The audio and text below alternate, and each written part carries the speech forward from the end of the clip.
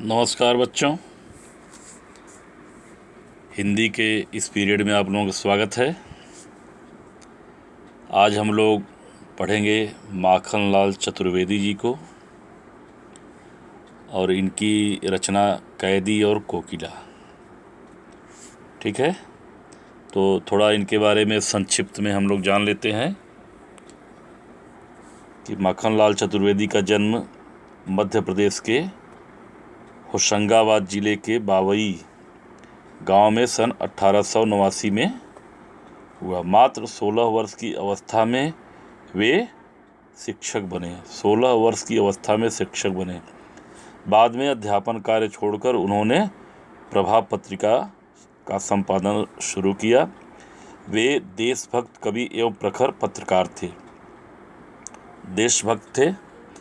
उनकी देशभक्ति की एक कविता आप लोग भी पढ़े ही होंगे। कुछ याद आ रहा है?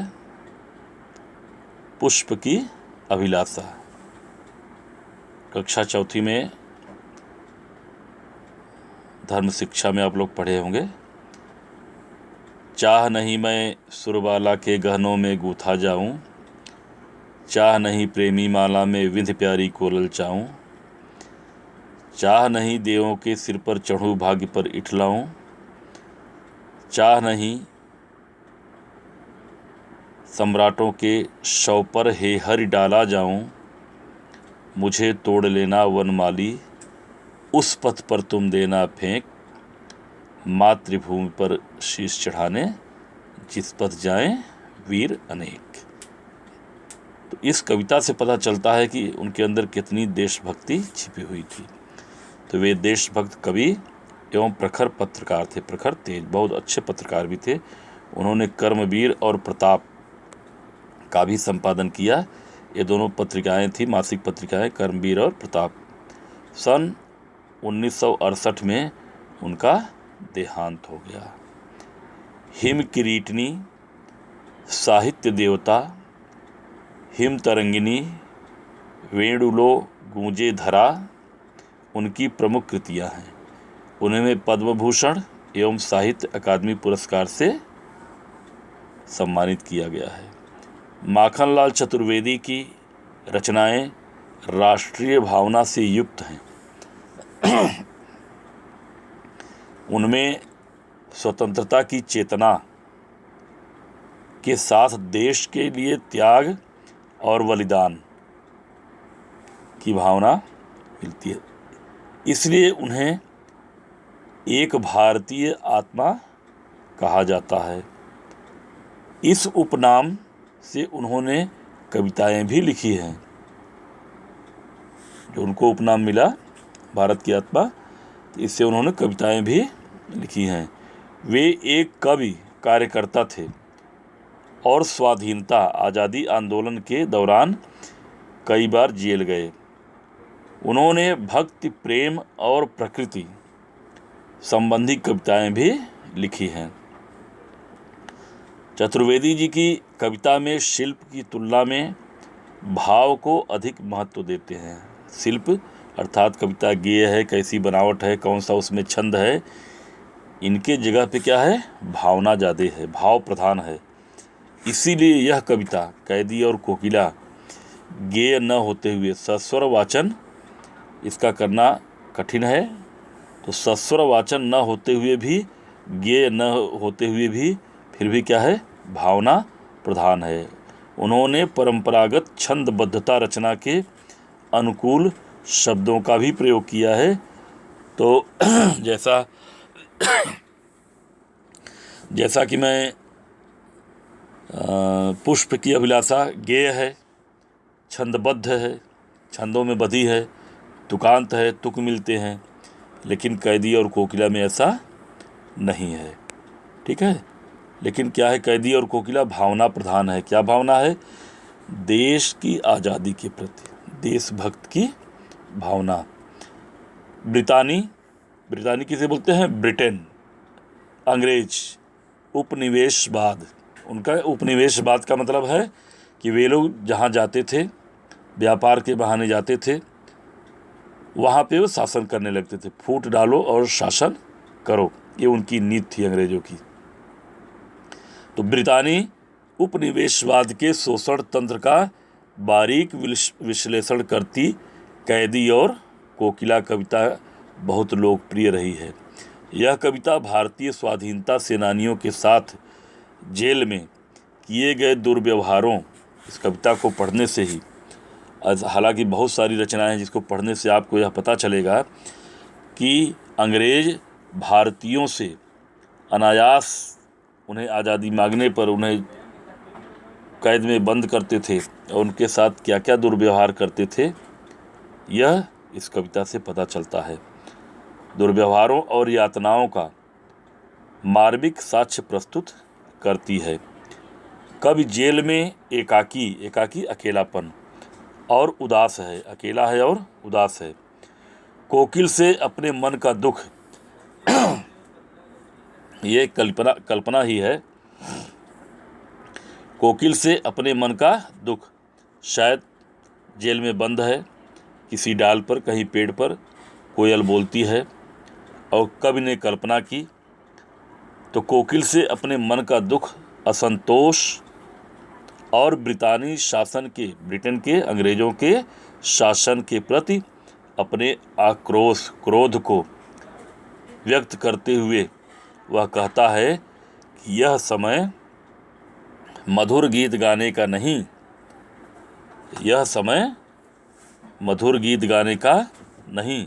एक कोई गाना भी बहुत फेमस हुआ था इधर ना, आरंभ है प्रचंड करके, तो उसमें एक लाइन थी कि जिस कवि की कल्पना में जिंदगी हो प्रेम गीत, उस कवि को आज हम नकार दें।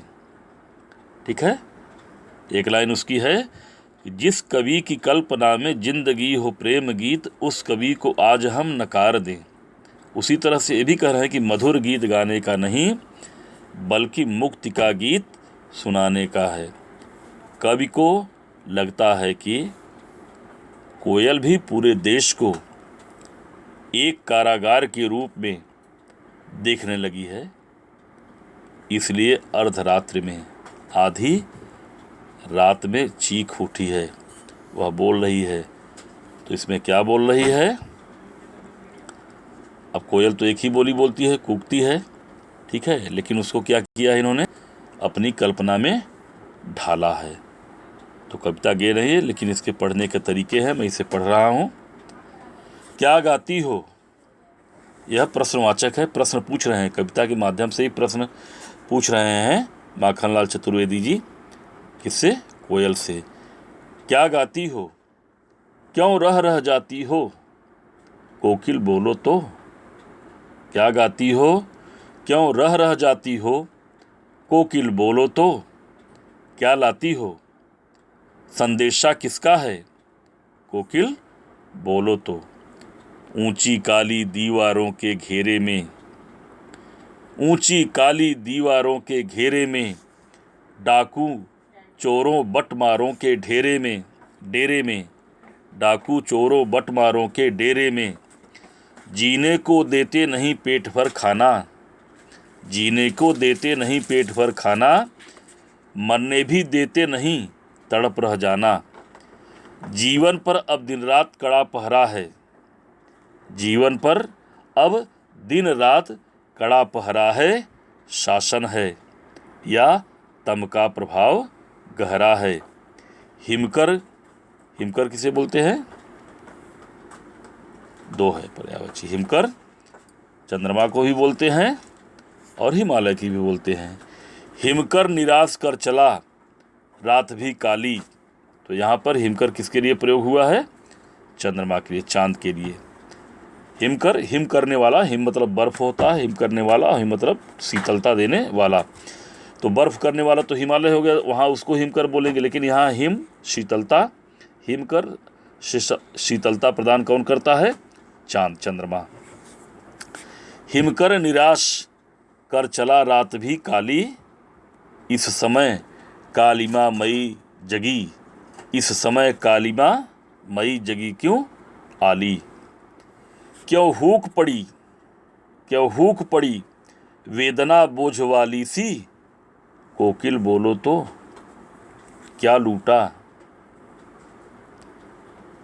क्या लूटा मृदुल वैभव की रखवाली सी, कोकिल बोलो तो।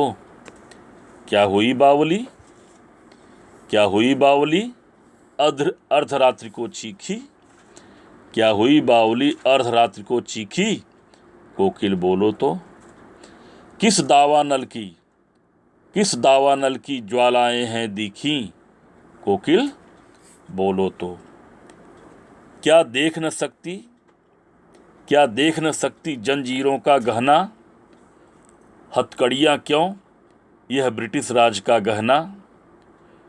कोल्हू का चर्रक चूं जीवन की तान, गिट्टी पर अंगुलियों ने लिखे गान। हूँ मोट खींचता लगा पेट पर जुआ, खाली करता हूँ ब्रिटिश अकड़ का कुआं। दिन में करुणा क्यों जगे रुलाने वाली, इसलिए रात में गजब ढा रही आली। इस शांत समय में अंधकार को बेध रो रही क्यों हो, कोकिल बोलो तो। चुपचाप मधुर विद्रोह बीज इस भांति बो रही क्यों हो, कोकिल बोलो तो। अगली है पंक्ति क्या है।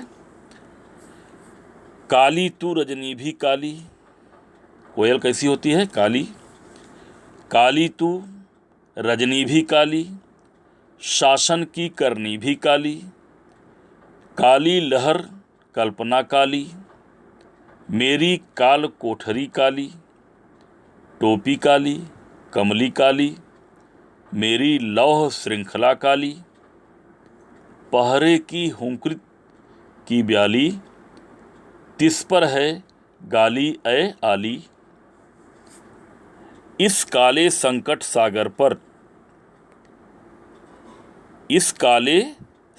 सागर पर मरने की मदमाती, कोकिल बोलो तो। अपने चमकीले गीतों को क्यों कर हो तैराती, कोकिल बोलो तो। तुझे मिली हरियाली डाली, कोयल कहाँ पर बैठ करके पेड़ पर बोल रही है, तो कभी यहाँ पे कह रहा है कि तुझे मिली हरियाली डाली, मुझे नसीब कोठरी काली। तेरा नभ भर में संचार, मेरा 10 फुट का संसार। तेरे गीत कहावे वाह, रोना भी है मुझे गुनाह। देख विषमता तेरी मेरी, बजा रही तिस पर रणभेरी। अगली पंक्ति है। इस हुंकृति पर अपनी कृति से और कहो क्या कर दूं, कोकिल बोलो तो। मोहन के व्रत पर प्राणों का आसव किसमें भर दूं, मोहन के व्रत पर प्राणों का आसव किसमें भर दूं, कोकिल बोलो तो। अब एक कविता आप लोग पढ़ लिए और इसका शब्दार्थ और भावार्थ अगले वीडियो में देखते हैं।